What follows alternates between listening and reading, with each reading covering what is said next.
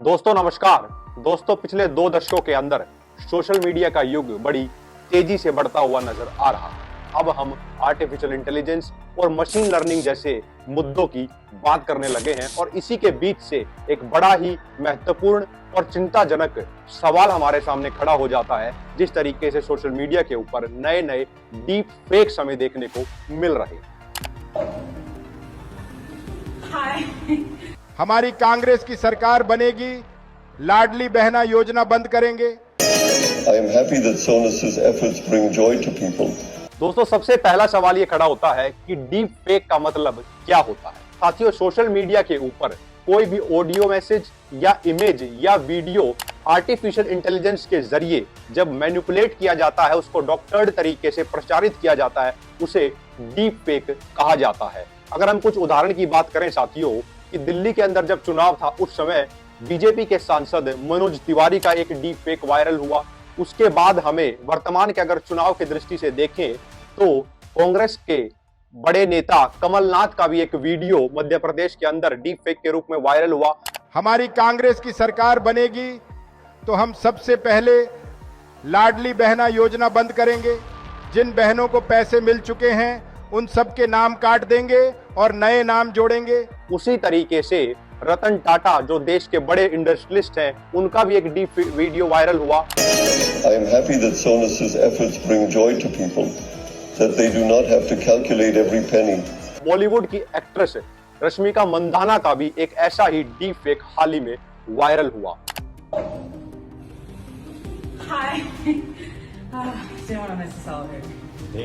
साथियों, जो हमने आपको उदाहरण दिए हैं, इससे एक बात स्पष्ट हो जाती है कि डीप फेक का जो प्रभाव है वो हमारे समाज के प्रत्येक हिस्से पर पड़ रहा है। यहीं से साथियों कुछ सवाल खड़े होते हैं कि डीप फेक के महिलाओं के ऊपर क्या प्रभाव है और इलेक्शन के अंदर डीप फेक का क्या प्रभाव अब आगे हमें देखने को मिल रहा है और वर्तमान में भी पड़ रहा है। उसी के साथ डीप फेक को लेकर भारत के अंदर क्या कानूनी प्रावधान है और कई अन्य देश डीप फेक को लेकर किस तरीके से काम कर रहे हैं, इन्हीं कुछ सवालों को हम इस वीडियो के माध्यम से समझने की कोशिश करेंगे। तो साथियों शुरुआत करते हैं हम अपने पहले सवाल से ही कि डीप फेक का असर महिलाओं की रेपुटेशन के ऊपर किस तरीके से पड़ता है।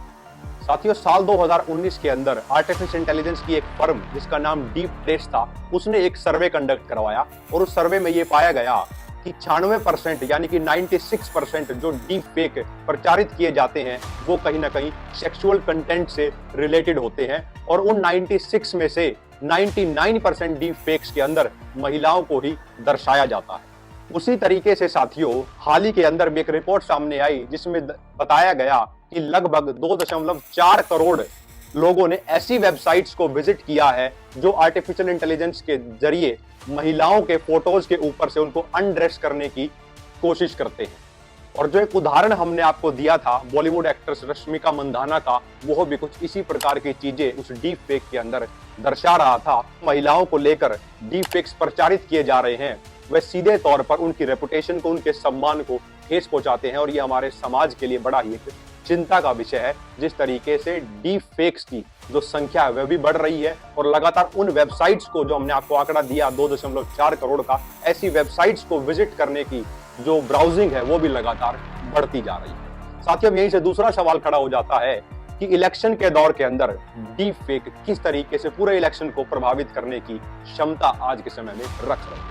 साथियों, हमने उदाहरण दिया था आपको कि बीजेपी के सांसद मनोज तिवारी का भी वीडियो यूज किया गया, कमलनाथ जी का भी वीडियो यूज किया गया, तो सीधे तौर पर दर्शा रहा है लंबे समय से। और विशेष तौर पर अगर हम भारत की बात करें तो पिछले 10 सालों में लगातार सोशल मीडिया के ऊपर पॉलिटिकल कैंपेन्स जो चलाए जाते हैं उसमें एक बड़ी प्रोग्रेस हमें देखने को मिली है। इसीलिए डीप फेक्स आर्टिफिशियल इंटेलिजेंस का इस पूरे इलेक्शन कैंपेन के अंदर जो यूज है वो भी लगातार बढ़ता गया है।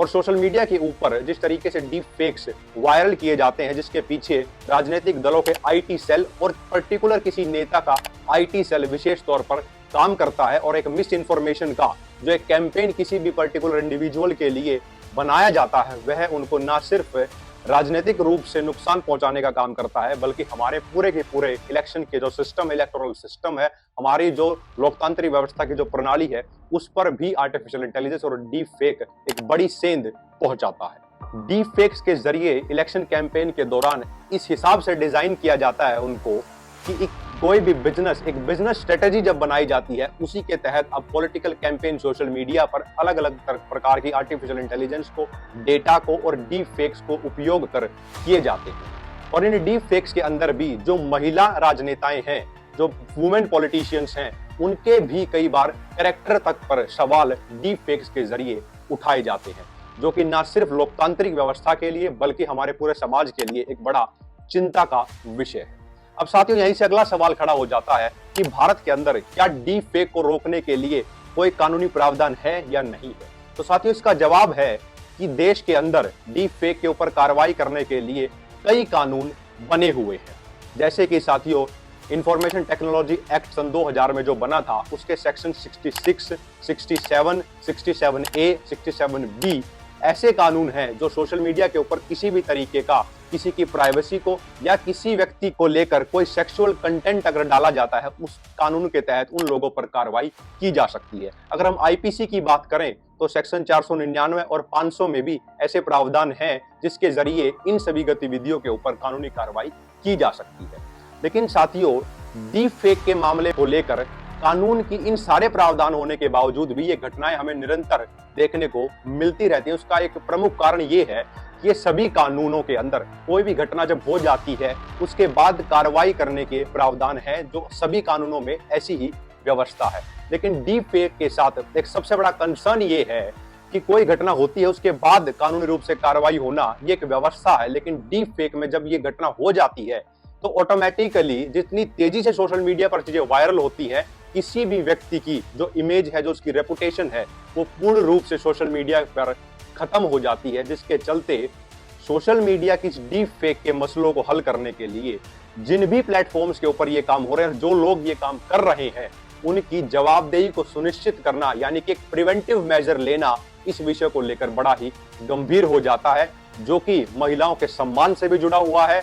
और देश के अंदर कोई प्रोपेगेंडा ना चले, क्योंकि प्रोपेगेंडा के जरिए हमने कई बार देखा है कि देश में मॉब लिंचिंग जैसी घटनाएं भी हुई हैं, और जो हमारा लोकतंत्र है वह भी मजबूत रह सके। इन सभी आयामों के लिए डीप फेक को लेकर एक जवाबदेही के कानून और साथ के साथ प्रिवेंटिव मेजर्स लेने की बहुत ज्यादा जरूरत है। अब साथियों, आपको लग रहा होगा कि हमने डीप फेक के बारे में और बहुत सी ऐसी बातें जो बताई हैं, लेकिन आर्टिफिशियल इंटेलिजेंस के हमने नेगेटिव पार्ट से गिनवाए।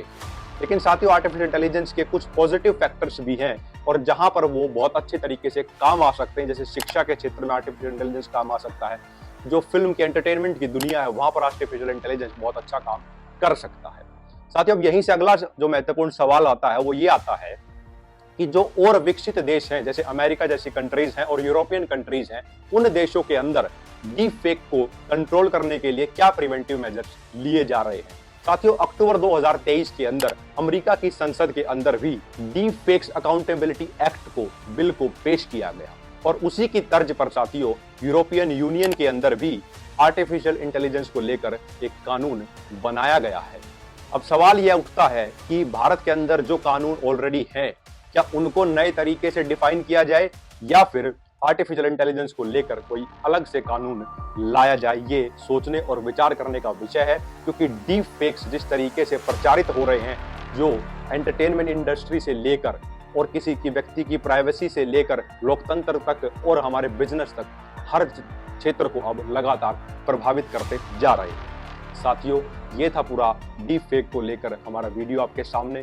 साथियों, कमेंट सेक्शन में अपना फीडबैक जरूर दें। आपने हमें सुना, उसके लिए बहुत बहुत धन्यवाद। जय हिंद।